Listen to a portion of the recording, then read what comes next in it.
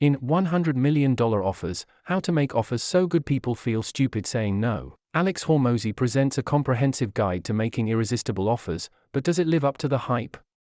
Alex Hormozi's book, $100 Million Offers, How to Make Offers So Good People Feel Stupid Saying No, is a self-help guide that teaches readers how to create compelling offers that people can't refuse.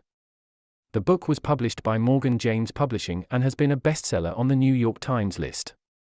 Plot summary. Hormozi's book provides readers with a step-by-step guide to creating irresistible offers that are tailored to the needs and desires of their target audience. He covers topics such as understanding the psychology of selling, creating a unique value proposition, and crafting an offer that resonates with your audience. Hormozi also shares his own experiences and success stories to illustrate his strategies. $100 Million Offers has received high praise for its practical advice and actionable strategies. Hormozi's writing style is engaging, and his personal anecdotes make the book relatable and accessible. However, some critics have pointed out that the book may not be suitable for all industries and that the strategies may not work for everyone.